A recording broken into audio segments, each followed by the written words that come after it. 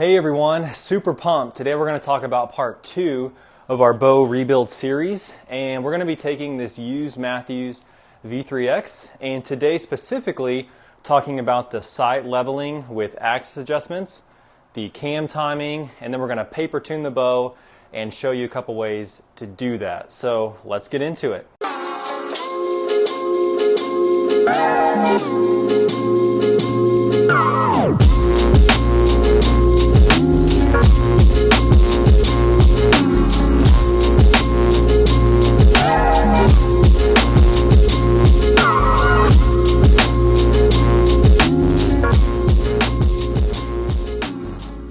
I'm going to draw the bow back, and we're going to see if the cams are hitting together on the stops.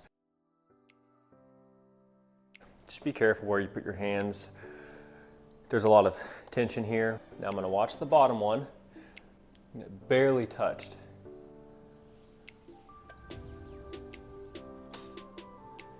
That is with the bottom touched.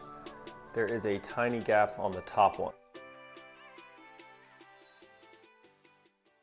What you're going to do is, this top cam was not quite hitting when the bottom cam was. I mean, we're pretty close, but you're going to add twist to the cam that is stopping first.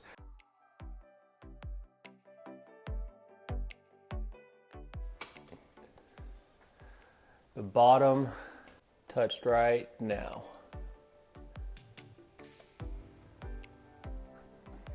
So there's the timing.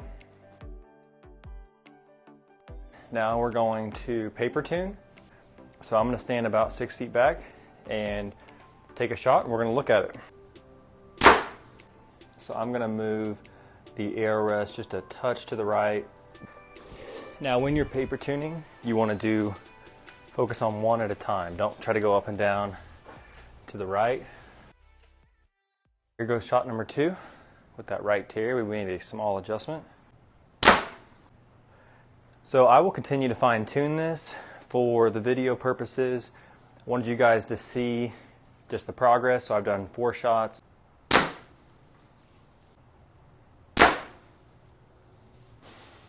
But you can see there's that gradual progression of getting better as far as kind of the consistent pattern. And so the vertical on the rest is set. So we're just looking at left and right for these top hats. So what I'm wanting to do is push the cam towards the tear. So what I'm going to do is come over here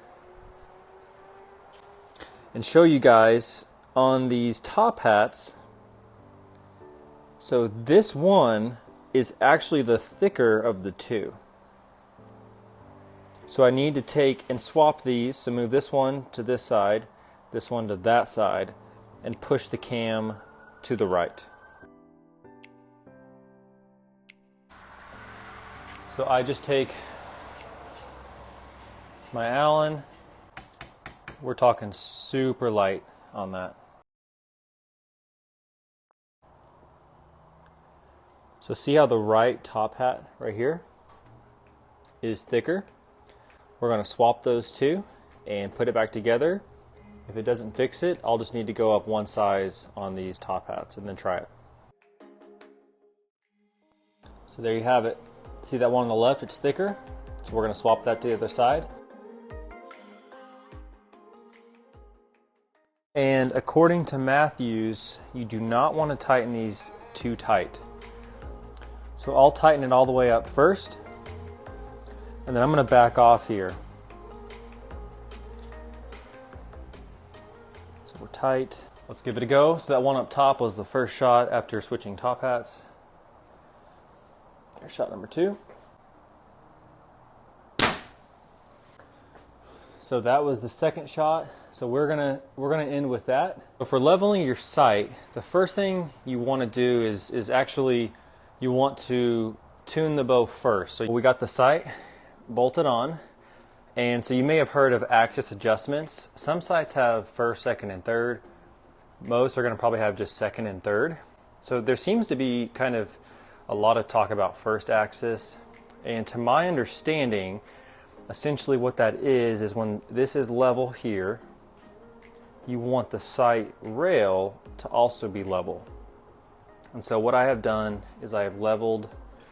So to get this leveled, I have taken my level on the back, leveled it on the bottom and top, so both ways.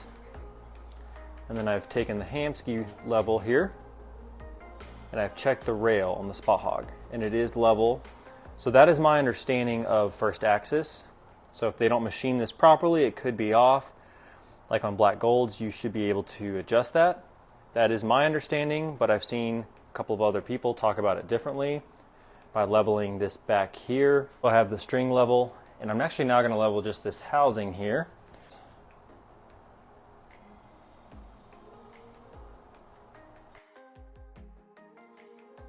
So we just leveled the sight housing. Let's do second axis. You have the string leveled there. I've got the level up here, level, and we're going to check our bubble level on our sight. So if we look through here, it is really close. I'm probably going to stick with that, but a lot of times you'll see it over, say like this, or like that. My second axis, you have a locking screw here, and then you're going to take this screw and that screw, and basically it's going to tilt left and right, and then you lock it in with these screws right here.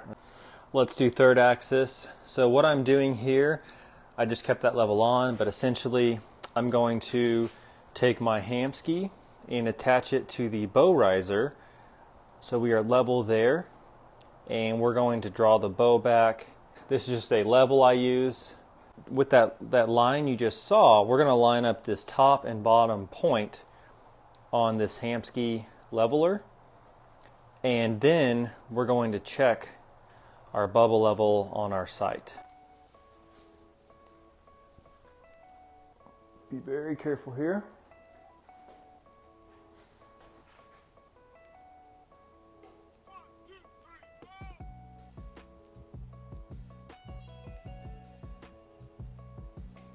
All right, so I'm going to line those two pointers up.